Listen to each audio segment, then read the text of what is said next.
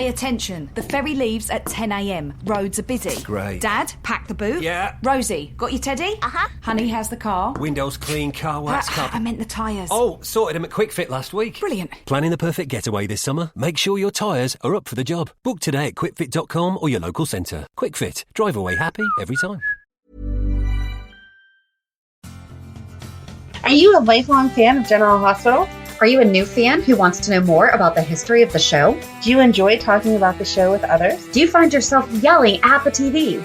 Is your self-care an hour a day in Port Charles? If so, we invite you to join hosts Amanda Kimmel and Shannon Coach at the place where all the hidden conversations take place and secrets are revealed. Meet us at Pier 54, A General Hospital fan podcast. Hello. Hi. Welcome to the General Hospital recap for July 15th through 19th, 2024. Oh, I never know how to transition out of that because it's like, yeah, it was a week.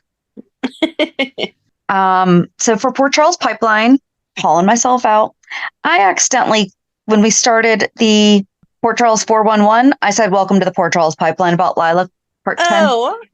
But yeah.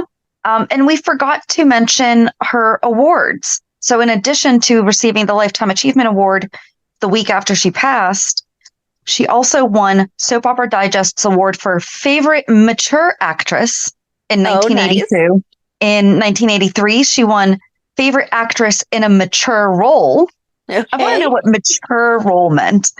In 1985, she was a nominee for Outstanding Actress in a Mature Role. I love how this name changes every year, too. Yes.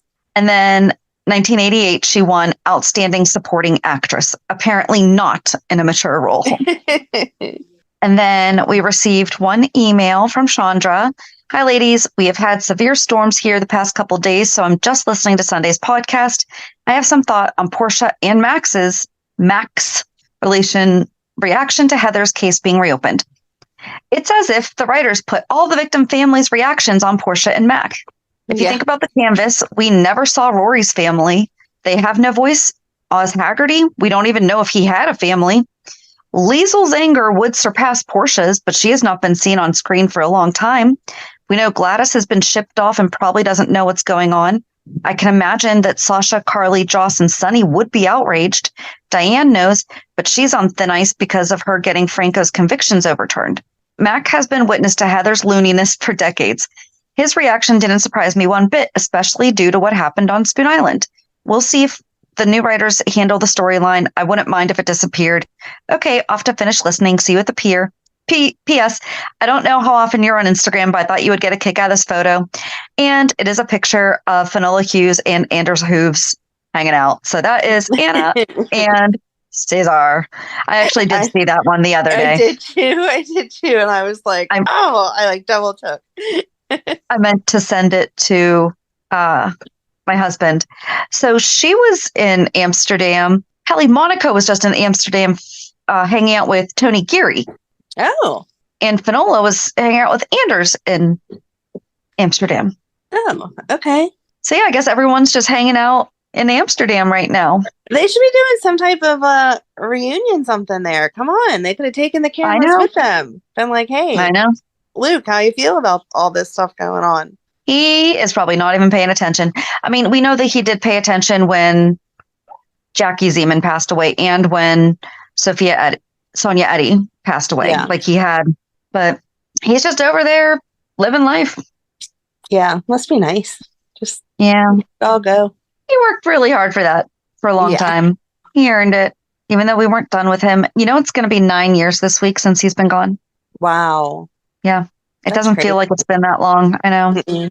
Anywho, so we're kind of doing I guess it's not really that different, but we are going to do a 411 about Richard Simmons this week because he portrayed himself on the show as himself, but in a different storyline, which unfortunately we weren't able to really find his storyline from like the 70s and the 80s.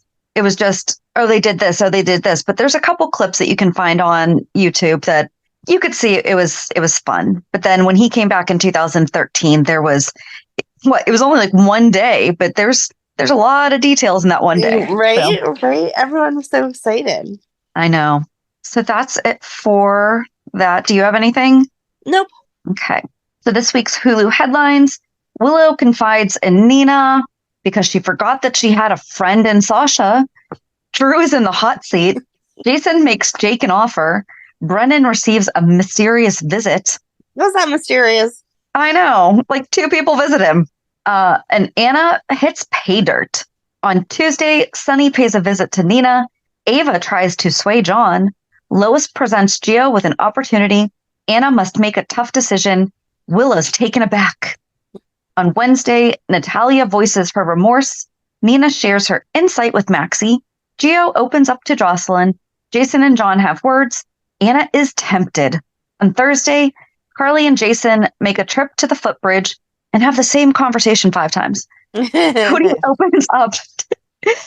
opens up to Tracy. Chase and Dex bond. Nina issues an apology. Natalia and Sonny pitch an idea to Brooklyn. And then on Friday, Trina wrestles with her grief. Sasha encourages Cody. Laura and Dante have an emotional encounter. Tracy is charmed by Gio. And Carly and Jason debate their next move. Where do you want to start? I actually was surprised and liked the twist of the writers having Willow go to Nina. I never, like we talked about it last week, I was like, Nina's going to find out. She's going to blackmail so-and-so. This is going to be some horrible, horrible thing. Never in a million years imagined that Willow was going to go to her and have this be their first mother-daughter conversation. I just had a problem with the way it was presented. She's like, this is the kind of thing that a girl needs to talk to her mom or your sister. And I don't have either. You have Sasha. Like, you have an amazing relationship with Sasha. Like, come on. You definitely could have gone to Sasha. And this is definitely girlfriend talk. Right. You know, for her to suddenly see Nina as a maternal figure because of this, I agree. I like that she went to her period. Like, it was an interesting, not expecting it, but the lead up to it, I mean, it basically came out of nowhere. Right. You know, it's not like we even saw them. If we'd seen Willow at least showing interest in her family history, where she came from, about Nina's past, you know, things like that, showing her building that slight relationship. Right. But she went from barely tolerating her to, okay, I guess we can have her around, to mommy. Like, no. Right. I agree. They should have showed it building up a little bit more, even just basic stuff. Like, I feel like whether it's your mom, no matter who it is, if you're just starting out a relationship, you're starting with the small things that like don't really matter. Which preschool do you think that we should apply to get Amelia into? There's this option and this option, blah, blah, blah, blah, blah, kind of stuff with Nina. Not, oh my God, I kissed my friend / Michael's uncle / employer. My could have been father-in-law, my husband's uncle, and my mother-in-law's ex-boyfriend. Right. Yeah. You just mentioned something. I do think Willow would be wise to not bring up any questions about decisions with the kids, because then Nina could be not pushed. I feel like she'd be like, well, I don't know. I didn't get the chance to raise you guys. And then that just kind of goes down that. And for that, I would feel bad for Nina because that wasn't her decision. You know, she truly was robbed of being able to raise them. But you're right. You know, something like, oh, I want to surprise Michael with, you know, a nice night out or something. Is there a restaurant that you may have heard of that you think would be good to try? You know, something trivial, but kind of going to her for like the little bit of input. Or, hey, I can't decide which dress to wear. Would you mind? Or, you know, I guess I can't talk about Drew's campaign right now. Or even if that had been how it came out. Hey, you know, because we're so connected with Drew, I'm going to have to go dress shopping for some of these photo ops. Would you mind helping me put together? I mean, Willow always looks great, so I don't think she has a problem with that. But, you know, and then have them talking about something about Drew and, you know, Nina maybe doing the little hint of something's going on with her and Drew, but then Willow picking up on it, thinking that Nina knows something happened between her and Drew. Right. And then having Willow break down. But I didn't like Nina's advice. Especially for Willow. It wasn't motherly advice. It was jealous girlfriend advice. And it was deceiving and dishonesty and lying, which is dishonesty, but they are two different things. And I mean, she's encouraging her to make sure that Willow or Michael absolutely won't trust her again once he finds out. And I don't think that's her intention. I agree. I think that it's more of I want to be able to hold this over Drew. Yep. And I mean, I really don't think that she said it in a way to be vindictive for Willow. I think that she was seeing how she could use it for Drew. But it's going after everything that they've gone through between the stuff with Chase and Sasha, the leukemia and everything. She has to understand. And if it truly was a mistake, then you go tell the person. Right. I feel like obviously it's a big deal because it is cheating, but at the same time, like they stopped it. They had a conversation about it. They swore it wasn't going to happen again, blah, blah, blah. Going to Michael is the right decision to make sure that it doesn't happen again and to continue doing what she needs to do for her marriage. If he is going to divorce her over one kiss after everything that they've been through, then they weren't really meant to be together to begin with. And I do wonder how much of it, though, was she brought up, yeah, but Drew said that if things were different, there might have been something with us. Right. For her to say that is kind of I did love that every time anyone talked about it, that they threw in the fact that there was fireworks. I was laughing every single time. They're like, it was just this moment, blah, blah, blah, because there was fireworks.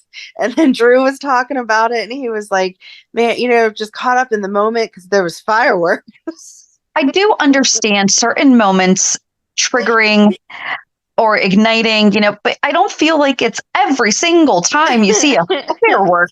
Suddenly you feel the need to kiss someone. I've never accidentally kissed someone because of a firework. Exactly. No one needs all this information, but also if you're driving down the street and you see fireworks, you don't suddenly pull over and, it's. I don't know, the way that Drew and Willow were talking about it, perhaps so. And even Nina was like, it wasn't really your fault. You got caught up in the moment because there were fireworks. I know. That was crazy. I don't know. And then as soon as Willow left, Nina called Drew and was like, get your butt down here. Because then the whole time that Willow's having this conversation with Drew, or Nina, Drew and Michael are discussing when he's on the campaign trail, Michael's going to be back as CEO. Is he going to be able to handle it? And Michael's like, I might not like her as a person, but she is a great editor-in-chief. Willow's starting to make some progress with her, so I'm not going to put anything in between them. And then he continues to praise Drew on all the amazing things that he's done for Willow and how much she adores him. And no one's going to be a bigger supporter than his wife. Yep. But then Nina calls Drew and he's like, I will get to you when I get to you. And she's like, no, you are going to get down here now. He comes down and is like, do you forget who your boss is? And she punches him in the face. And I thought it was great. Yep. Okay. I liked Nina this week. It was definitely her most tolerable week. I would give her that. She wasn't whiny. Okay. Until we get to the thing with Maxie, where she did her thing of Maxie just told you a whole bunch of stuff and you ignored it all and then started talking about your thing. But that's a whole other thing. And it's not like, okay, Maxie did kind of just barge in and start talking about stuff. So I can see if she was in the middle of a thought continuing it. But I feel like Maxie would be at least, I'm sorry, what were you just doing something, but right. But so she punches him and yells at him for kissing her daughter.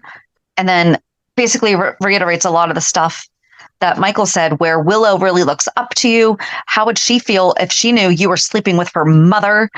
And he should have been like, I don't know that she'd care that much because she didn't care that I had slept with her mother-in-law. So, well, and then he says something about, if you were going to tell her, you should have done it. And when you had the chance, as she was telling you about the kiss, but now you've kind of lost that opportunity. So, he's not wrong. No, but you see, I kind of do see Nina's side of it, though. If your child comes to you absolutely devastated, freaking out, my marriage is over, everything, are you going to give them one more thing to devastate them, especially with how worked up Willow was? It wasn't like she was just, oh my gosh, what am I going to do? Blah, blah, blah. I mean, she was hysterically crying, devastated. Right. are you going to be like, oh, I have some more to add to that. Here's a little gasoline to your fire. No, definitely not. And especially with it being the first time that Willow's coming to her about anything so important, she doesn't want to make it worse. But I do feel like, unfortunately, he's right. If she tries to bring it up later, Willow's not going to see it that way and be like, why wouldn't you have given me all the information at once? Well, why didn't Drew tell her?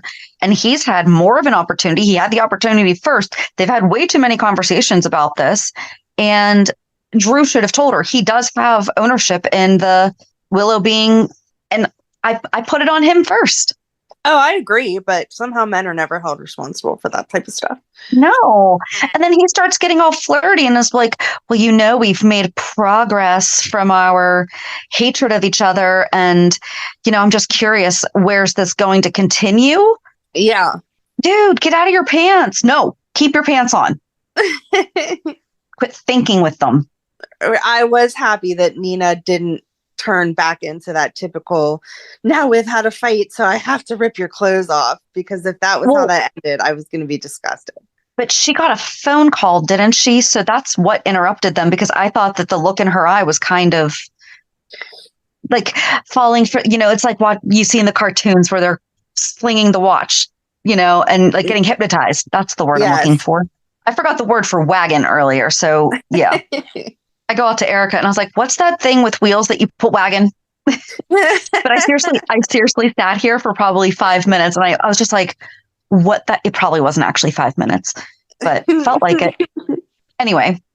But then I guess Drew and Willow did not pass each other in the elevator because she didn't see him go down to Crimson, and she went up to barge into his room, his office, and there's Michael. Yep. But he didn't even ask her, what have you been thinking about? Right. It obviously seemed like something troublesome. So.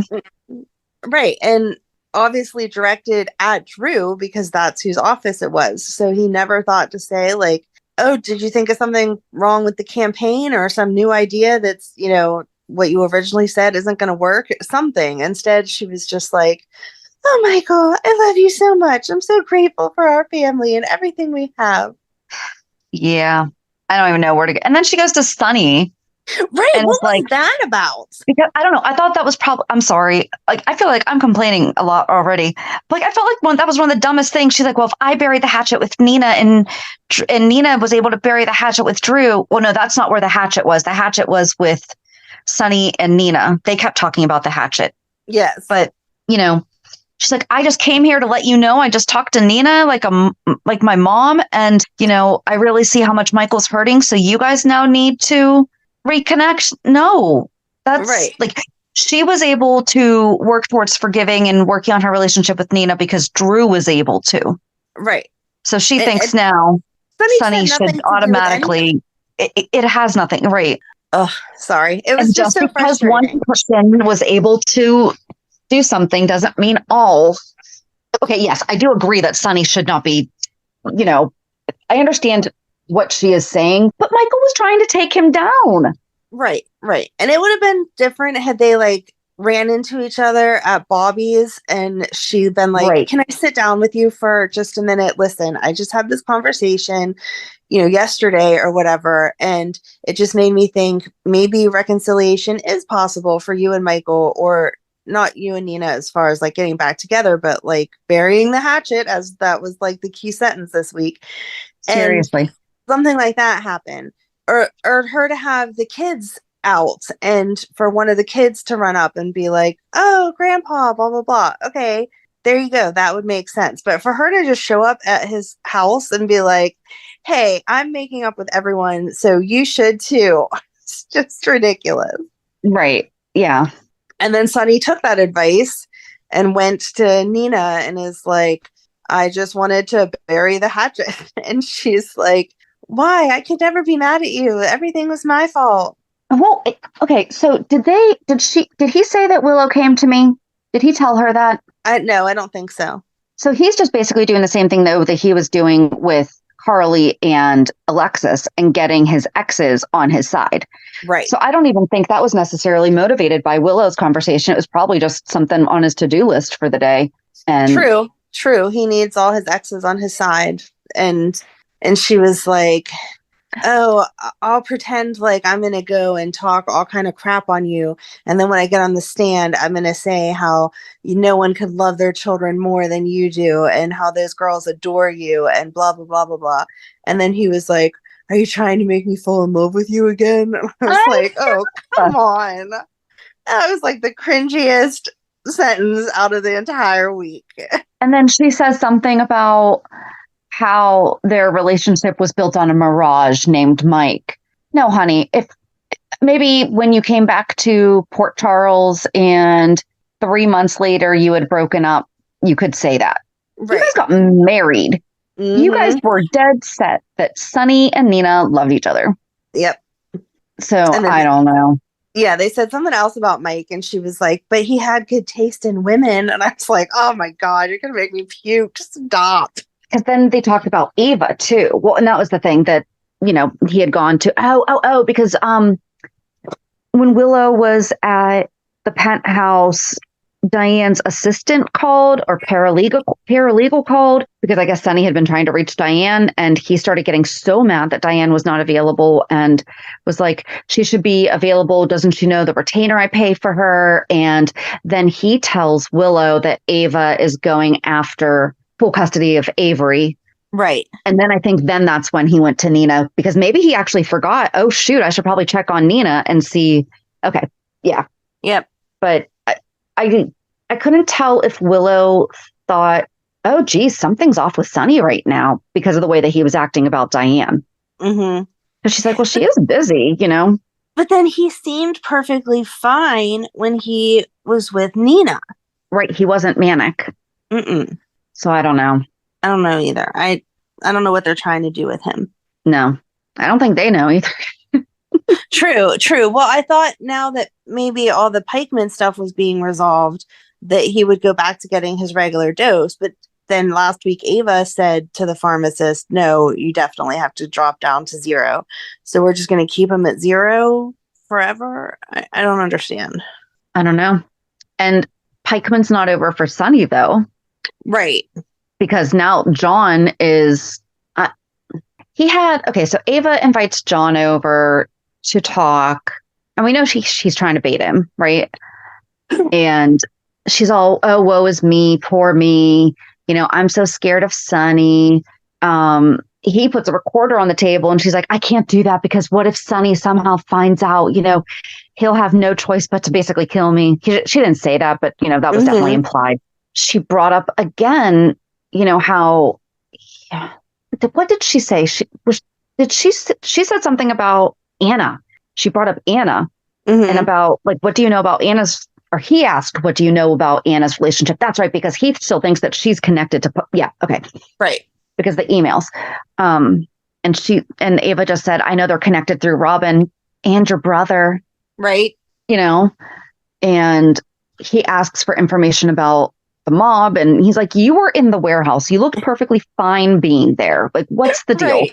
Right. You were living with Sonny. And she's not entirely wrong that she did keep out of the mob stuff when Julian was in charge. And Julian did try to keep her out of it as best he could.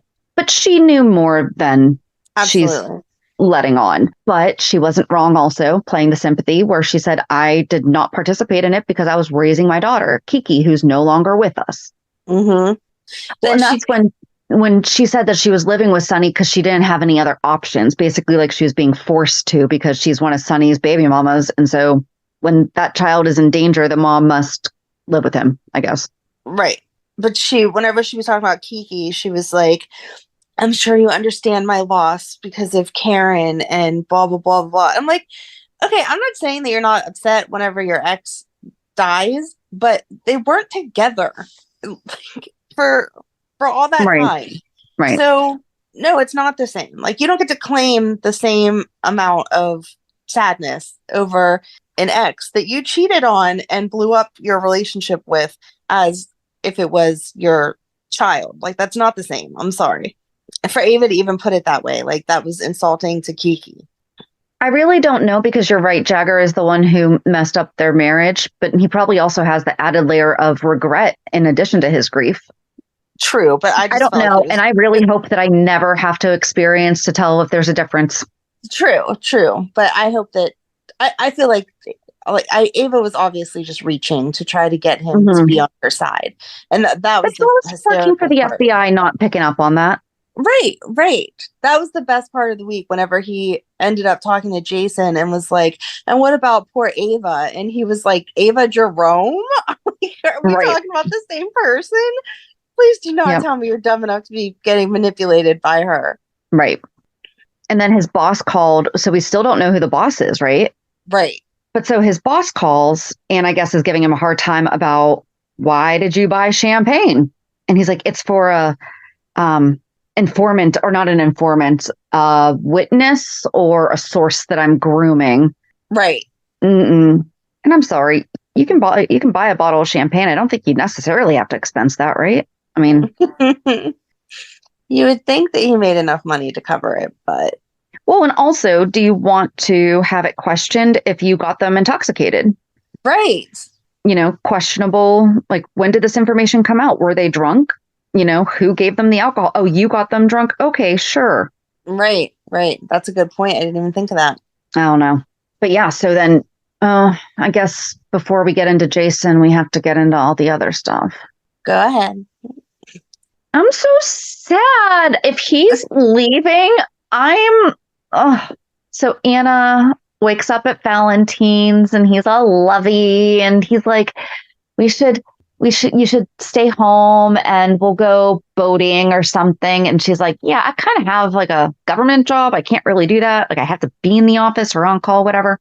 And Charlotte came home early, which I thought it was weird that he didn't even mention, hey, by the way, next week Charlotte's coming home. So whatever this is, like, we're going to have to figure out. Right. You know, but so he was surprised to see her and she's talking like she's 50 now. Well, maybe not 50, maybe. I mean, she matured, obviously, because some kids were refugees and lost everything because of their home country being attacked. And, you know, some of them lost families, their whole family. And she woke up to how much she was taking advantage of her situation and how, you know, thankful she is to have her family. And she knew that Anna was not bad, but Uncle Victor really got it in her head that she was, but Anna was never anything but nice to her. And she knows how happy that her dad is with Anna. So like, why would he be so happy with someone that is a horrible person? She apologizes to Anna. And I loved Anna's response when she was like, honey, I shot you.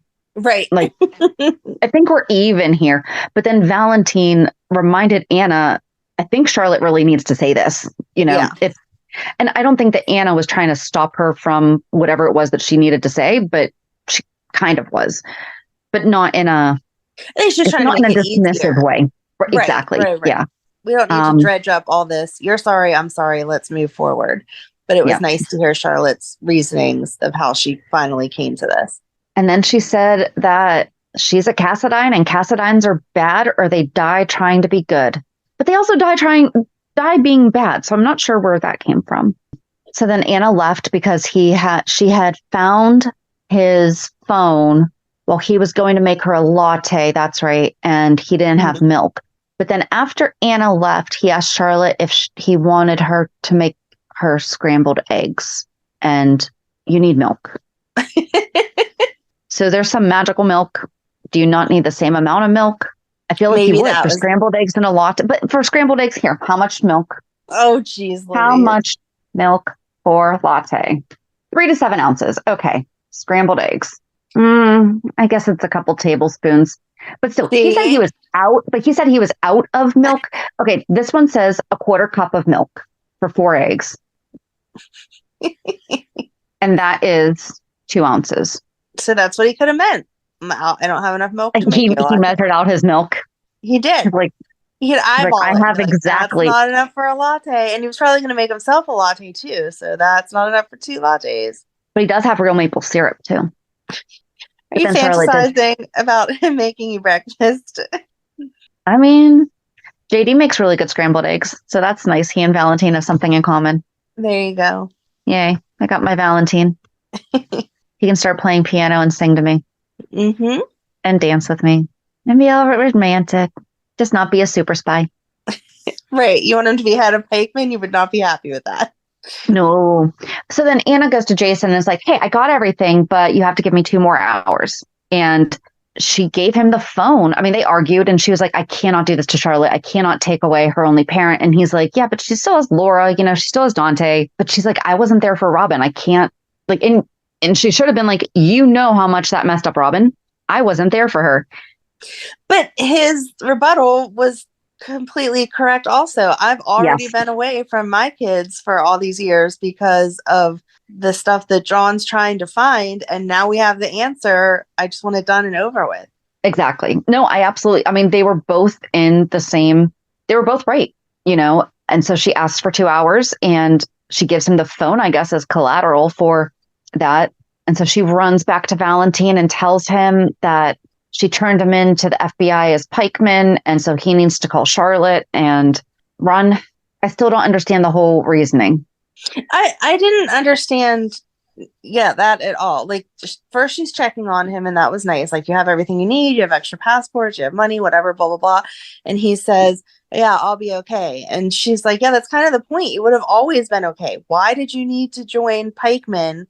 And he says, for you, and gives this explanation of people in and out of the business. And so then he had to go ahead and take over. I still don't understand how that was for her. He said it was because of her. Because of her, yeah. She busted Brennan. And so therefore he was next in line somehow.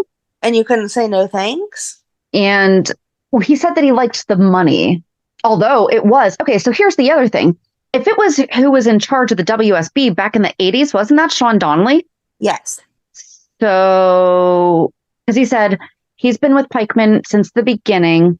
And in the beginning, they were working with the head of the WSB, right? And I mean, how I feel like I'm understanding is that this has been a long time, basically as long as Anna and Valentin have known each other. Are you getting the same impression? Yes, absolutely. Okay. So it's not just been like a new... Well, no, because... Okay, so maybe it is a newer thing because... Or did he say because they had broken up and so basically he needed a new hobby? Because then he said the head of the WSB and that was Brennan. Right. That was okay, Brennan. So maybe it is a newer thing. And because he had been around... Yeah, I don't know. I would have found it so much easier to... If he had pulled a Jason and was like, they wanted to do something to you, so I had to do this, right. Right. He never said that they threatened her or Charlotte or Robin or anyone like that. So how could you not have just said no, thank you? But wait, when did all that stuff? Because remember, her coming out as a double agent had to do with that guy leaving the WSB, right? Mm-hmm. And wasn't that supposed to have been a long time ago? Yeah, that was, because that was the whole thing, was it was going to be published, and she was like, oh no one's ever going to look at me the same. Right. And everyone was like, yeah, that was pretty crappy what you did, but that was 20 years ago. Like, you're a different person now. All right, let's look this up real quick because I feel like the timeline is getting all messy. Oh, that was Forsyth, right? Hold it. His storyline, he died in 2023. Yeah, he was Anna's supervisor in the 1980s. Brennan tells Roman Hume that in the 80s, Anna worked on a WSB operation that went sideways. Forsyth was the field agent in charge and screwed up, so the WSB buried it. She had the original missing report, and he was supposed to retrieve the report and eliminate Anna. But then it says the only line about General Sylvanus is that he defected because of after Anna's blown WSB op in the 80s, mentioned in 2024. Okay, so then, yeah, Pikeman started way back then because that's what they needed, the $10 million, right? It was Pikeman needed the $10 million, not the WSB. Right. So then it would have been Sean. Right. I'm so confused. I'm glad I'm not the only one because, his explanation, like, she was like, oh, okay, like, that makes sense. And I was like, that does not make sense to me. You were still doing it for yourself. You wanted to be the head honcho. But even still, I'm still finding it hard to believe because of Charlotte. Right. Like, that's the thing that's making it the most unbelievable, is that he would do that to Charlotte, knowing what the outcome would be if he was found. Right. I don't know. This whole thing is a mess. Right. We'll just have to see how that part of it plays out. If we get more of an explanation as people are interviewing him to make it make sense. But then we see. Kind of feel like we're not going to, though. I don't know. I'm having faith here, Shan. Come on. I know, because then they're like, but I did love you. And they're like, we should have told each other. And then he's like, yeah, I was going to tell you. And right. She even said we had that moment in time where we supposedly trusted each other completely. And you never told me. And during that time is when he was planting those emails. Right. Because she called him out on it. And he's like, yeah, I did that. Mm-hmm. She's like, yeah, I know, you're evil. We hear the John goes to see Jason, and that's whenever Jason laughs about the Ava stuff. And then they go back and forth, and finally he gives him the phone, and John's like, how long have you had this? And Jason's like, I just got it. Calm down. Oh, by the way, he waited 50 minutes. He didn't even wait in 2 hours. Yeah. The clock was 4:03, and then he gave it to John at 4:53. Like, come on, Jason. Yep. I mean, John was pounding on the door. He had to do something. Yeah. Anyway, so then you hear John make the call to go to Valentin's house, and they go and kick the door in, and no one's there. And then you see Anna across the street just like hanging out. Like, I just needed to watch this because that's not suspicious at all. Like, if they had her using binoculars. Right. Right. You know, at least you get the impression that she's far away. Not if they turn around, you're going to see her. Yep. And they had just talked about how dangerous it would be if they found out that she was the one that tipped him off. And she's like, oh, you know what? They'll never know. I'll just sit in my car 3 cars down from your house. Yeah. And then when John was talking to Jason, like, he was kind of giving him a lot of guilt trips. He's like, you know, the Jason I used to know was a nice guy, you know, and when is he going to understand Jason legit does not remember being that person? Right. And he kept trying to talk smack on Sonny and was like, you know, he took your life away. He doesn't care. He only uses people when he can use them. Why are you being loyal to him whenever he ruined your life? And Jason was like, he did not ruin my life. He gave me options for me to decide what I wanted to do with my life when no one else was listening to me and I had no idea who or what I was. So don't be talking down about Sonny. But I don't know where they're going to go with that, because it seems like, you know, John was obsessed with the fact that Sonny had some type of dealings with pikemen, but now all that's going to go, and he's still just sitting there trying to find stuff on Sonny because of his personal vendetta against Sonny from a million years ago. Right. No one's going to turn on still Sonny. Don't understand. Right.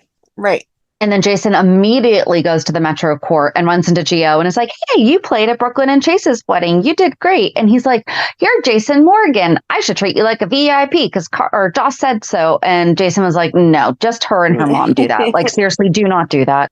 I mean, I did like that he kind of questioned, like, wait, why do you know who I am? Yeah. But he immediately goes over to Carly and tells her that it's over. Yep. You know, they can go back to, well, not even back to, they can figure out what the next step is.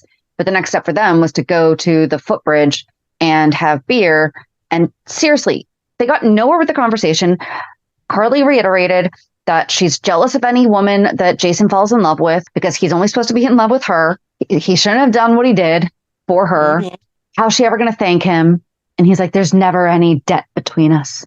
I don't know. Yeah, I don't know either. It's like they've talked it to death. Either be together or don't be together, but we just stop talking about it every single time. And she's like, I was jealous of Britt, and then I felt bad because Britt saved Joss, blah, blah, blah. It's like, you could have seen that coming. Like, why are you even bringing that up? You had no idea. Well, and then she was not, we've all seen, well, if you haven't, Carly and Sam tolerate each other right now, but Carly has never been the biggest fan of Sam, especially when she feels that Sam is mistreating Jason. Mm-hmm. And she did fairly nicely for Carly say, you know, Sam's really giving you a hard time. And Jason's like, do you blame her? I literally died to her twice and left her alone with these kids. You know, he's like, I get it. But then he was just saying, he's like, I don't even know what to do now. And she suggested that he get away from Corinthos Coffee because they don't know what Sonny's doing. And that's where he just kept reiterating, but there's something off. And John seriously has had it out for Sonny for so long. And he has an opening right now because Ava's kind of feeding him, even though Jason just warned him. I don't think John really took that to heart, after in the same conversation is when he found out about Valentin being pikeman. So then they still haven't erased Carly's conversation because she had gone to see Brennan, which I don't understand their whole friendship, like what's going on there. Right. But she basically tells him exactly what the FBI has on her. And he's like, well, you could delete that. And she's like, you're going to tell me how? He's like, no, but it has to be permanent. Thanks, Captain Obvious. Well, and then he did point something out to her, though, he's like, so how's Donna doing playing soccer? It wasn't just, let's bring this back to the kids. It was like, seriously, talk to me about Donna playing soccer, because you're not going to be able to do that if you go to jail. He choked up, though, when he was talking about kids and choices that you made. Mm-hmm. Is he going to be Dex's dad? No, because if he was, Dex would have talked about the fact that his dad was also in some kind of law enforcement. I was thinking more Gio's dad. No. Well, Gio's dad was supposedly in the military and died. Yeah. I don't want him to be Gio's dad. I don't want him to be Gio's dad, but that story was kind of just too perfect. Yeah. And that, they told it once, and then Lois told it again to Carly this week and was like, they fell in love. It was a magical whirlwind. Well, and they really expanded it this week, though, too. Yeah. And she didn't even get to tell him that she was pregnant before he was killed. And then she died whenever he was 10 and blah, blah, blah, blah, blah, blah, blah. I didn't understand the point of, she said that when Francis died, Sonny was there. That's the only reason why Sonny would have helped. I think she just meant that he got to see the devastation at that time. He was in town. It wasn't just a story of, oh, this cousin of ours, blah, blah, blah. He actually witnessed the devastation. Did Lois ever... Oh, I did love, before Carly sat down and had this conversation, and she was like, oh, good, the manager's bringing me a pina colada. And Carly's like, I'm the owner. And then Lois is like, are you going to catch me up on you and Sonny? Or are you going to pretend like it's none of my business? And Carly's like, how about you just accept that it's not? Right. Exactly. But at the end of that whole story, she asked Lois why Sonny never talked about Gio. Pay attention. The ferry leaves at 10 a.m. Roads are busy. Great. Dad, pack the boot. Suitcases, Tetris style. Yeah. Rosie, got your teddy? Uh-huh. No going back this time. Honey, how's the car? Windows clean, car wax, carpets. I meant the tyres. Oh, sorted them at Quick Fit last week. Brilliant. If things go to plan, it'll be smooth sailing. Planning the perfect getaway this summer? Make sure your tyres are up for the job. Book today at quickfit.com or your local centre. Quick Fit. Drive away happy every time. Mm-hmm. Did that ever get answered? No. Okay. So I wonder why, because I feel like if Sonny supported this kid through so much, he sounds like he stepped in when his dad died, and then even more so when mom died. Don't you think he would have been having them go to the concerts to see him? Or even just seeing that money come out of their bank account, oh, don't forget to send the tuition check for Gio's school. I don't think Sonny balances his checkbook like the rest of us. He does. Is he standing at the cash register pulling it out? Yep. Debit, check number 201. Yes. Gio's tuition. Mm-hmm. What kind of checks do you think Sonny has? Just the standard blue. You think blue? Yeah. I would think black. No. I'm going standard blue. Do you think he has the monogram or no? Yes, absolutely. No, Sonny has coffee beans. That would be for his business checks. Those are his business checks. His business checks are coffee beans. His personal checks are just standard black. Okay. You said standard blue, I said black. Can you just send a quick email over to Maurice? Could you answer this question for us? Mine are beige. So Mine have a yeah. cute design on them. But yeah, I mean, I'm with Carly. Why didn't we know about this? There's a few different ways we could go from there. I think we need to go on to the whole reason that Lois was there was because she was telling Gio that someone that she knows is doing a album and they want him to fill in for the person that can't make it to the session for, I don't know if she said what reason, but for some reason the original musician was not going to be able to make it.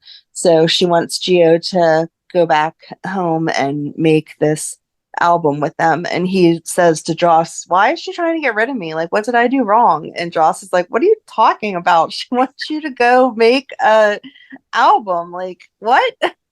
I did like, so at first when Lois said, I'm going to talk to the program director for PCU, I understand your scholarship is contingent on you being part of this program. However, this is an amazing opportunity. That's a professional opportunity, Right. At first I was like, you can't change the rules because then everyone's going to have an excuse. But I guess if they say or equivalent. Right. It's not like I'm going off somewhere for a month and not going to be practicing my music or doing anything. Like, this is definitely going to enhance what he brings back to PCU. Exactly. So, I mean, I guess we'll see. Yeah, I did think that the conversation with him and Joss, it was a little bit dragged out because he seems like a confident kid. So to see him, I mean, I don't know, people, you know what? I am not one to talk with that. So I ever analyze everything and people think that I'm confident. So I just feel like he should know Lois well enough that if Lois was trying to get you out of somewhere, she'd flat out say, hey, this isn't working out, kid. Sorry, but I found this other opportunity for you that I think is great. So we'll move on to this instead. She wouldn't sugarcoat it. Right. I do have a major problem with a police officer and a lifeguard deciding that an untrained towel attendant should be responsible for the safety of the people at the pool. There was no one in the pool at that time. It doesn't matter. It takes 2 seconds. I agree. And I was so mad about that. It was supposed to just be a 5-second smooch. And then they stood there and had like a whole conversation. And I'm like, I can understand, not that it's right, but I can understand ducking behind something for a real quick smooch, but have your conversation by the pool. You weren't saying anything that you couldn't have talked about by the pool. Right. Or you go to another lifeguard and ask if you can take a 5-minute break. It looks like there's only one lifeguard on. So you have to take that up with Carly. She should have 2 at all times. Is it wrong that I was really waiting for an emergency to happen? Yes. No, but that someone could have died. No kiss is worth it. Someone could have died, but it was all good. It was all good. Nothing bad happened. No. They were already putting a kid in jeopardy by having James take a ride share by himself. So they didn't want to kill anyone at the pool. So Joss got lucky.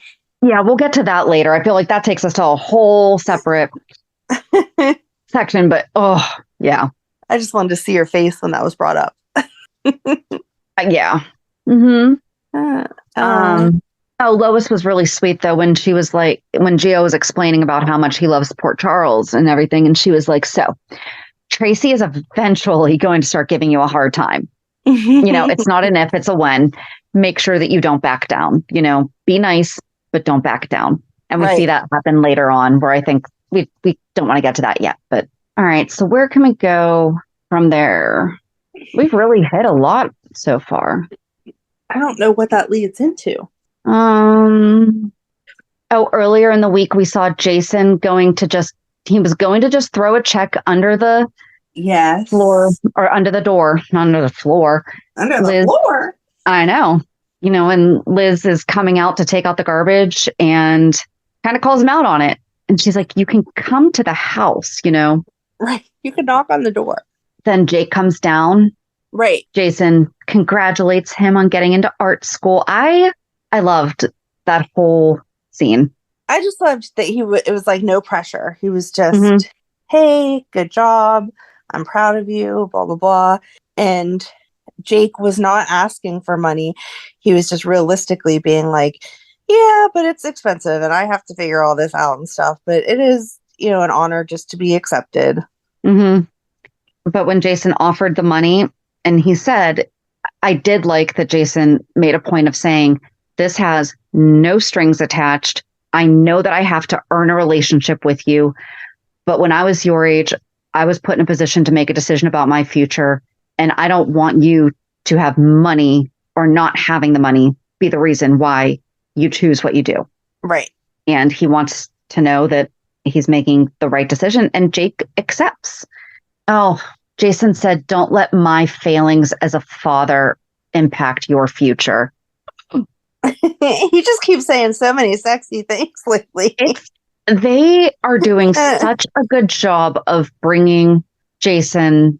I feel like this, we saw him getting here when he left the last time, after having been kind of very, very stoic and just like no personality for a while. But right.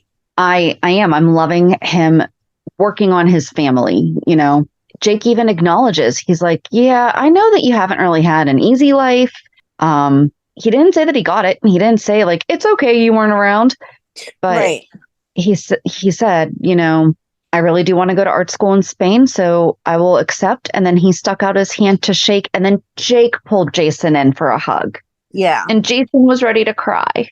And Liz standing there like the mom, like, I don't want to pressure anyone, but at the same time, oh my gosh. She only really said one thing. When Jason offered, she was like, isn't that great?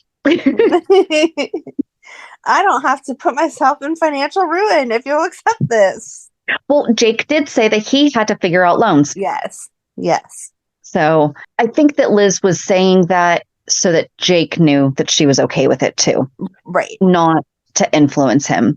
Because after that, she said nothing and let Jason have a conversation with his son. And that was sweet. Oh, and then he did tell Carly about that later too. He's like, yeah, Jake's going to go to school. And then that's what prompted the, and she's like, oh, that stinks. You know, you're just coming back and getting to know him a lot better. And then she said something about, well, at least maybe you'll be able to bridge with Danny too. And then she's like, oh yeah, that's right, Sam. That really doesn't take us anywhere, but I thought that was absolutely fantastic. I thought it was perfect. Yes. Yes. They did that very well so that you could see all sides of it without anyone pushing. Yeah. And without false promises. Because, yeah, that's a lot of money to take from someone. And even if they say no strings, you would feel pressure. So I'm glad that Jason was like, no, listen, seriously, it has no strings. Well, I do think that one of the things that both Liz and Sam have always told the boys is Jason doesn't lie. Like, right. If Jason says he's going to take care of things, and if he's like, he does that, he is one of the most loyal and reliable people you will ever meet. Well, no, because he held to his word that he was not going to put the boys in trouble when they were younger. Right. I don't think any of them could have possibly. And that's something Sam has to remember, too. She has a little bit to do with. She never takes responsibility either. She should be best friends with Nina. Natalia went to say Ava. Oh, yeah. Asking what her end game was. Because she's like, I can't figure out what the heck you were doing. And Ava actually did not lie. She's like, I was recording something for work. And I thought that I hit stop when you came. And I guess I didn't. And it just kept recording. And then I realized you're a disgusting jerk. And I thought that the world should know what Blaze's hand. After hearing Ava, I truly do think that she was probably like, no, everyone needs to know why Blaze or what Blaze is going through. You know, what she's having to put up with behind the scenes. I don't think it was that selfless. But then, well, she was also doing it because she thought that it would get Sonny to not want to hang out with Natalia anymore. Right. Whereas it's actually done the opposite. Yes. And Ava looked a little concerned. That happened before John, right? Did that happen before John saw Ava? Maybe. Because that could have prompted a little bit more of her trying to push him. I can't remember that order. Yeah, I don't either. But then Natalia went to see Sonny and she was just waiting for him. And because his guards have seen her before, they decided to let her in. She didn't even say guard. She said housekeeper. Oh, yeah. Like now the housekeeper knows who is at risk and who's not.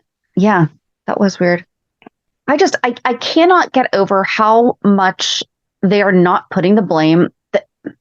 I don't understand how Sonny did not at least scream at her for what she said, and how it impacted his daughter. Right. Both of their daughters. Right. And she does keep saying, I just don't want this to hurt Blaze or Allison, whatever name she calls her by. And then as an afterthought, it's like, oh, yeah, or Christina, blah, blah, blah. It's Right. not equal. And I don't know how Sonny's not upset by that. He said something. He's like, well, you already know my thoughts. And she was like, yeah, and I know Christina's. And he's like, yeah, you do, because you're a jerk. Right. But so she asks him to help her get Blaze self-funded, I guess. Right. And she's like, I did a little bit of research on you, and I see that you were an investor for L&B Records back in the 90s, but still has yet to figure out that he's a mob boss, an alleged mob boss. Right. I was waiting for her to be like, how'd you go from L&B Records to coffee importing? Right. And then he does say, he's like, nah, I was just an investor. The women who ran it, one of them I was in love with, and the other one was a lifelong friend. But I don't really know anything about the music, and I do think that he has been very upfront about that, where that's an investment, like I have investments with companies that I couldn't do what they do. I just give them my money. Right. They do the things and I get a little bit money back. Yay. That's how investing works. But so she just wants, and she's like, well, I know how to do it. I just need the money. Like I did like that she did say, I can put every penny I have in, and it's just not going to be enough. So it did sound like she is also going to be financially contributing to this. Yes. She wasn't just asking for him to cover everything and her stand there and reap the benefits. Yes. She did say that she is working on understanding that the girls love each other, even though she's not going to go to a parade anytime soon. It's like this woman just loves having her foot in her mouth. It must taste fantastic. Oh, man. Oh, but then he says, yeah, sure, I'll give you money, but Brooklyn's in charge. Yep, I loved it. She's like, what? And then Brooklyn comes over and is like, yeah, so Natalia's like, we'll do this. And Brooklyn's like, no, we're going to do this, and we're going to do this, and we're going to do this. And you have like no control over it and no say so, because you already messed this up once. And so I'll handle it. And Natalia does not know what to say. Like, what do you mean? I've done everything. Yep. And you did a great job until you opened your big fat mouth. And now you get to step back. Well, but that was the thing. She's like, you literally cannot take even an interview. She's like, and you have zero say. Blaze will present herself however Blaze wants to present herself, because I love her and I'm not going to let you destroy her music career again. But Natalia did say, after the Link Brown incident, she learned that you can only trust yourself, and doing that is what ruined what ruined everything. So I guess we saw a tiny bit of growth, slow and steady. So then it sounds like they are going to start up their own. I'm hoping that Brooklyn's going to Lois and being like, hey, let's redo L&B, because I don't know how to do this and you do. I agree. I definitely think that that's how that's going to go. I do like your idea. I really don't think they named Brooklyn because they foresaw down the 30 years later that Lois and Brooklyn would be. But it would be fun if they did. But it's still L&B. Yes. I still like my idea, and I hope that it goes there. I did not see Sonny funding the whole thing. No. I did not. But it would be nice if after Natalia leaves, Brooklyn goes, Uncle Sonny, what the heck? Right. Right. And he's probably going to be the one that says, seriously, just call your mom. Like, she's got this. Yeah, exactly. I still think that there's an opportunity for my whole Ricky Martin storyline to happen. I agree. But then we saw Blaze and Christina went to Nina and asked for basically interview coaching, because they're going to have an interview with Perez Hilton. And Nina called DeWitt down and made him apologize. And then he offered to be the one to share the story of their real story. How generous of him. But yeah, I love them giving it back to him. They were like, really? You didn't know what was going to happen? Why would you even run this story if you didn't see it going this way? Like, give us a break. Well, he did say he didn't even think about it. So yes, he didn't think it would happen, but also he didn't even think about it. All he thought about was how his name was going to get out there. So he didn't really pay any attention to what the actual story was or the damage that it was going to cause. Mm-hmm. They better actually show this interview, which I guess then, oh, you know what? In the meantime is when they're going to be working on getting the label and everything set up so they can end with, and by the way, we have a new label. Oh, yeah, that would be great. You know, I'm not going to let this be the end or whatever. And then they can announce. Perfect. There we go. But Nina tells them, like, you guys just need to be yourselves. You know, you're both very articulate and just let people see you. Right. I guess then we could go to James. Is that it? Yeah, I can't think of anything else. Oh, Dex went and brought Chase dinner and they talked about. Oh, yeah. We kind of touched on this that and Chase said that he sounded like Gregory in one moment and Dex was like, I've never been close to my family. I wouldn't even know if I sound like them or whatever, which is weird because he says he's never been close with his family. But okay, I understand you are not positively emotionally close to abusive people. But if you're getting beat up all the time by your brothers, like you're close in proximity and you're having negative emotion attached to them. Right. So it's not like he's just been abandoned, but I mean, maybe he removed himself and decided to cut the trend. Good for you, Dex. But he says that it feels right being in the police force. Mm-hmm. So, and he's a Dodgers fan. Like, I didn't mean, ooh, he's a Dodgers fan. I did not mean like, ooh, but it was, Chase said that the hardest part of his job is not being able to talk about his beloved Red Sox. And then Dex was like, ooh, I'm a Dodgers fan. Yeah. Yeah, I think then, Joss and Trina. Oh, yeah, I'm not sure that I got the whole point of that other than we're trying to show Trina moving forward so that maybe she can get with Gio. But Joss is like, hey, I have a present for you and gives her the turtle dove or whatever it is. And then Trina's like, oh, yeah, Spencer brought his on the trip. And then they start talking about Spencer and she says that she feels guilty because she's mad at him for leaving her whenever he promised that he wouldn't. And Joss is like, yeah, I'm not really sure when to talk about him and when not to. So if I talk about him and it makes you sad, just tell me, shut up. And if you want to talk about him, just tell me. So.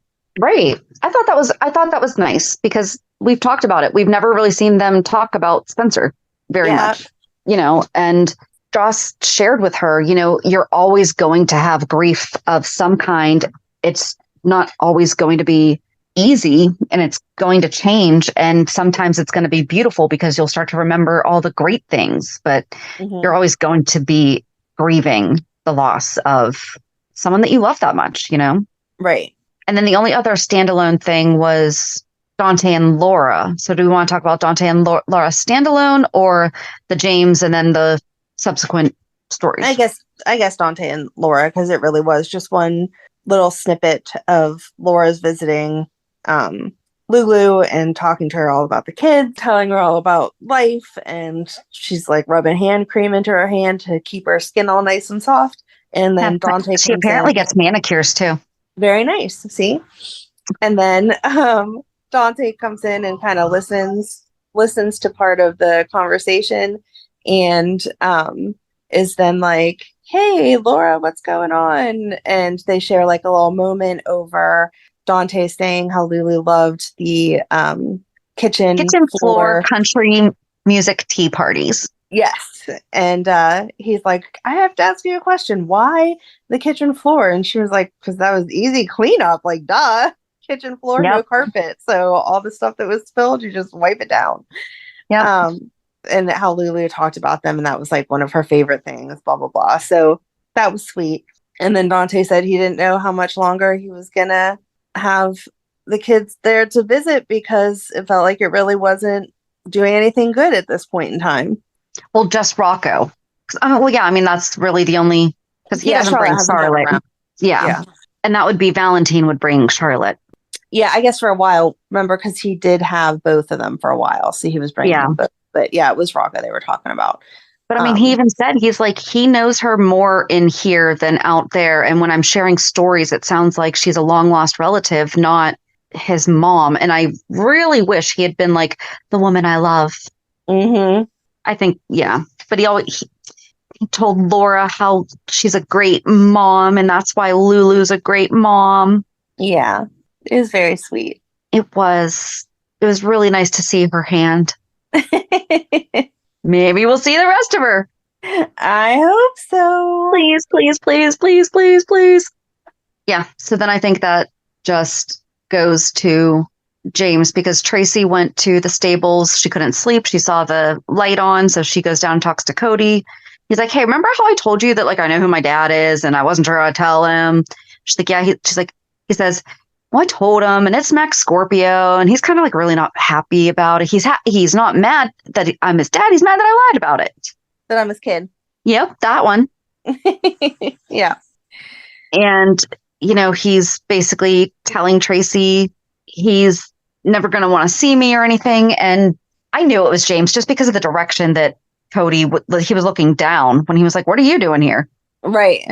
So, yeah, James took, hold it. Tracy talked about how the air conditioner's keeping her awake and she would just much rather like use fans, and about how lists make her go to sleep, how she would just make lists of the people that wronged her and how she would, be plotting her revenge, I guess. And he's asking about Edward and Lila. And she's like, oh, no. I am definitely my dad's daughter. Like my mom would open up the air conditioner if it saved one bug. And right.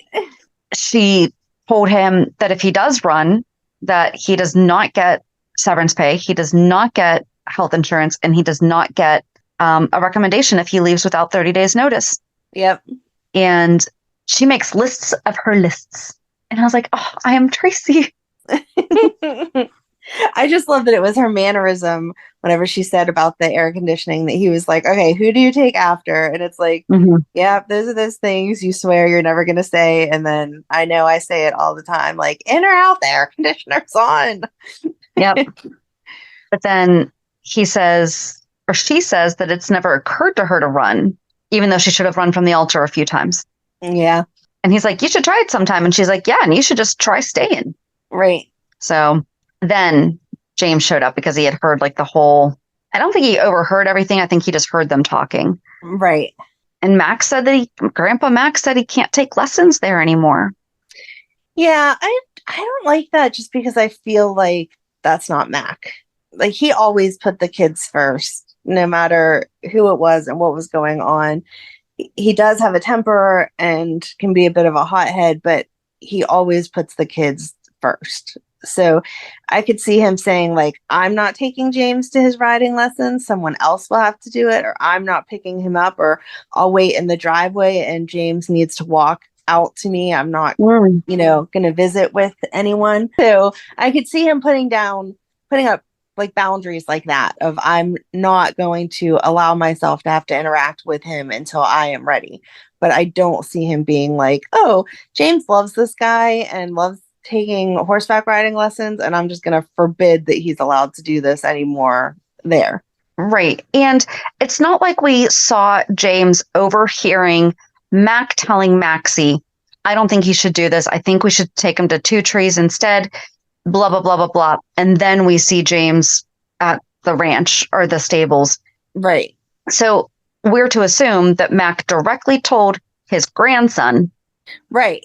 No, you're not allowed. That does not make any sense. So, but Cody was so kind in his responding. He's like, so I actually hear good things about that place. James like, I hate it. He's like, have you ever been there? He's like, no. And then Tracy's like, so where's your parents, or where's Maxie? At home. And where's Spinelli? At home. How'd you get here? A ride share. Because he stole Georgie's phone. Yep. Made an account. Apparently has access to a credit card too. Mm-hmm. Isn't Georgie only like 12, 13? I thought so. Okay, she's 13. Either. At 13, Uber does now have a teen program that they have to be connected to like an adult's account, though. I don't know how it works. I do know, but I just know that they rolled it out. I would assume that there's a text that's sent to the adult, which means that Maxie or Spinelli should have got a text that said that Georgie was trying to get a ride share and started their what the heck's going on. Right. Like verify. Mm-hmm. Is this okay that your child is going here? So, but then Cody's like, you do know I have to call your mom, right? Like, this isn't a... Right. Like, Can't just I send have you to. back home. But then they asked him how he got out, and he's like, I climbed out the window. And then when Spinelli and Maxie get there and say something about it, he's like, you're the ones that took the screens out. Like, Yep. And they're like, yeah, that was in case of an emergency. He's like, well, I had to talk to Cody. I did think it was funny when Maxie said, you guys must think we are the worst parents. And Cody's like, I'm not thinking that. And she just looks at Tracy and is like, don't even. Right, exactly. So it was cute. I felt for James. Like, he's right. And Maxie, I liked that Maxie would not let James manipulate the conversation. She was like, we are going home. We will talk about this later. I have not decided if you're like grounded for life or what's going to happen. And he's like, but can I still take lessons? So, and she's like, we're not talking about that right now. That'll be decided later. And kind of like left it with that. But she thanked Cody for not running. And then when they got home, Georgie's laying into James like, don't steal my phone again. This is ridiculous. You know, it's nice to see them have the little bickering sibling relationship. Yes. And Spinelli reminds her that kind of tone is reserved for them. Right. To use with the kids. And I thought it was really fair of James saying, he's like, I don't understand. He's like, what happened? Why is everyone mad? You know, Grandpa Mac is telling me that I can't take riding lessons with no reason. Yeah. And Maxie says, you know, when Grandpa Mac came back, you know, he got some news that upset him. And so he's not handling it real well. And Georgie jumped to, is he sick like Violet's grandpa? Yeah. And they're like, nope, it's just something that he has to deal with. He's fine, but it's just something that he has to work through.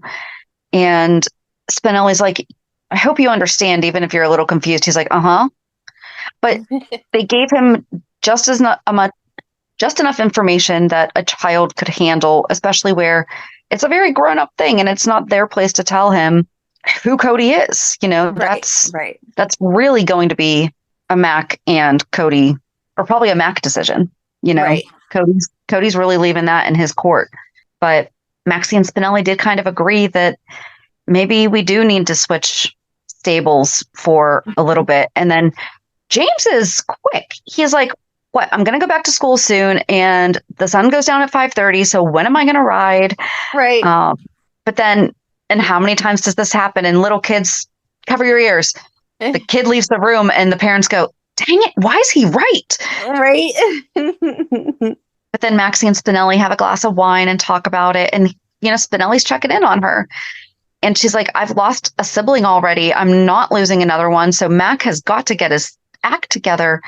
And Spinelli's like, you know, you're not responsible for what happened with Georgie. But she's like, no, but I can have some control over getting Mac to ease up, you know? Yes. And then Sasha came to visit Cody. Did he call her?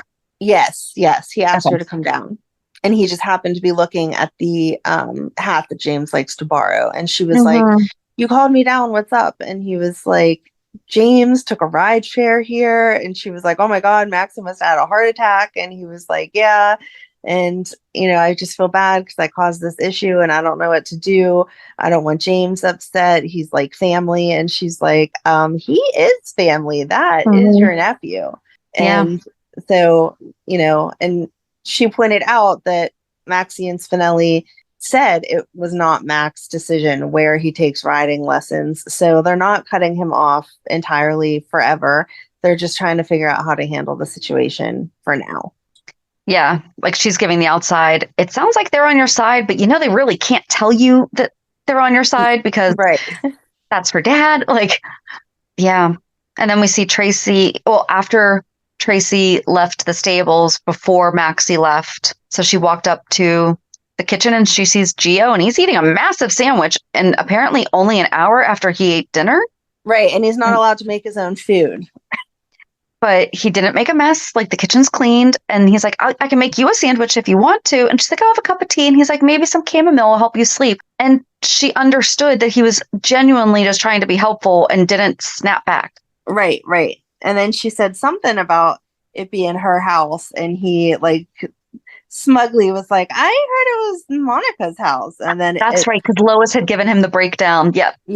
Yes. And so then it got them into a sit down conversation about her kind of judging him, saying, you're going to say that the best of everything is in your old town and not be open to anything else. And he was like, no, that's not true. And so they like went back and forth of what's the best concert hall, what's the best gardens, what's the best this, that, baseball teams, and all that kind of stuff. And it was like educated answers he was giving. He wasn't just saying mine's the best. Yep.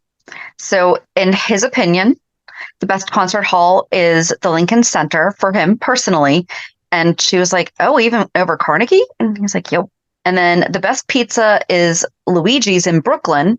Luigi's was one of the ones that the Quartermains ordered from. Obviously, it could be a franchise, but I don't know. And then he's a Mets fan, so Citi Field is his favorite field. And then she's like, I don't know anything about Staten Island. What do you do there? He's like, nobody knows. Nobody goes there. And even though Central Park is amazing, he prefers the New York Botanical in the Bronx, and Wave Hill is the best view. It's the best garden specifically, and it's in the Bronx, and it overlooks the Hudson River, and it has the best view of the city. And she tells him about Port Charles has gardens, and that Lila gifted them to the city. And he was like, can you take me there sometime? And she was like, sure. So cute. It was perfectly tied in with our Lila. It was really, really good. I liked that. And then she told him at some point too, he should be scared of her. Yes. And he was kind of like, no, I'm good. Thanks. I think that was really it though. Yeah, I liked this week. I felt like it was a well-rounded week. It was. You got a little bit of everything. Other than Carly and Jason going round and round about the same thing. If they could never have that conversation again, it would be fantastic. Mm-hmm. They don't even say, like we were discussing before, it's like a whole new conversation, even though it's not. Right. Exactly. Reality check. So what's your reality check? It was a pretty boring week. Like, just like kids and work and that kind of stuff. Nothing too exciting. We did finally celebrate Val and George's birthday. Yay! Because we had not done it for her actual birthday because she was in New York. So we've celebrated the birthday, and it was just like a normal family get together or whatever. But I made a point to buy her some under eye cream because when I turned 40, she was very kind and bought me all this anti-aging crap. So since she is now 50, I was like, here, I got you some stuff for dark under eye circles. So that was that. And yeah, I can't think of anything else really. It was just a work and drive kids around week. How about you? Lots of driving my daughter around. She had her last week of the career experience program that she was in for the past 2 weeks. She and I went to a baby shower yesterday together. So that was fun. That made me upset. I saw those pictures and she does not look like that cute little girl that I like to keep in my head. Even though I see her every couple weeks at least, she usually is dressed just for like hanging out around the house or whatever. And yesterday she was all done up for that baby shower and you posted pictures and I was like, oh my gosh, this is not that little girl anymore. She looked beautiful. So did you, but I'm used to seeing you done up. Well, she does those cat eyes for or wing, whatever they're called. There is a difference, so I'm really bad at identifying which one. But she does those just for hanging out around the house. But you pointed out in the picture that her smile, like she definitely was super relaxed and felt comfortable there. And it was great because she was asking the people at the table some questions and just, she was kind of like engaging in conversation. So it was nice. She won one of the diaper raffle prizes. And so she got a body spray. So that was nice. And my friend did come over because she understands, I think it's pretty much anyone, certain smells, whatever. But she came over and asked her, she's like, you let me know if you like the smell. If you don't, we'll go over to the table. And so they went over to the table and she got to pick her own scent. But like something like that, I don't know how to explain it right. There are definitely things that we have to make concessions for in our life. But there are certain things that can be too much and are not necessary. Let's put it that way, that she just has to accept as being a human, Right. as being an adult, but something like that, I appreciate that because it could be. Right. And then today, I know it hasn't happened yet, so I'll have more information about it, but we are going to an outdoor sound bath. So that should be fun. Yeah, work's Sounds really picked up lately. Huh? Sounds relaxing. I know. I'm looking forward to it. Not too humid out. Oh, it's going to be. Everything that I've read so far, it sounds like a mix of forest bathing and a sound bath. So it'll be like a nice little bit. Oh, and then had a great time with one of her supports people this week. Thank you for being a sounding board. Oh, of course. Of course. It's just, I'm frustrated for you. It's ridiculous. Yeah. One thing I have literally waited 3 months for an answer about. So I do not think that I'm ridiculous for asking for an update. No. But yeah, so I mean, this upcoming week, she doesn't have anything going on. So I'm looking forward to not having to be gone for like 12 hours a day. So yay. Yeah. Yeah. So I mean, join us on Thursday. My gosh, what day? As we talk about Richard Simmons' time on General Hospital. Have a good week. And we'll meet at the pier. Bye. Bye. If you enjoyed today's show, we invite you to go to peer54podcast.com to subscribe on your favorite platform. Don't forget to leave us a review. And you can also follow us on many social media channels. Just search for Peer54 Podcast. Also, we are not perfect, so if there is something that we missed or messed up, just let us know by emailing us at peer54podcast@gmail.com.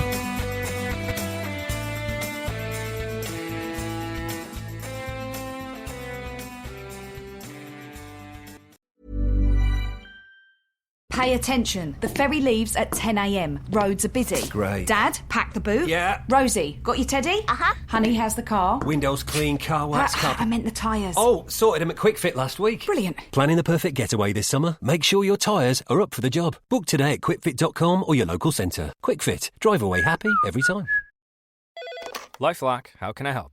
The IRS said I Filed my return. but I haven't. 1 in 4 tax-paying Americans has paid the price of identity fraud. What do I do? My refund, though. I'm freaking out. Don't worry, I can fix this. LifeLock fixes identity theft guaranteed and gets your money back with up to $3 million in coverage. I'm so relieved. No problem. I'll be with you every step of the way. 1 in 4 was a fraud-paying American. Not anymore. Save up to 40% your first year. Visit LifeLock.com/podcast. Terms apply.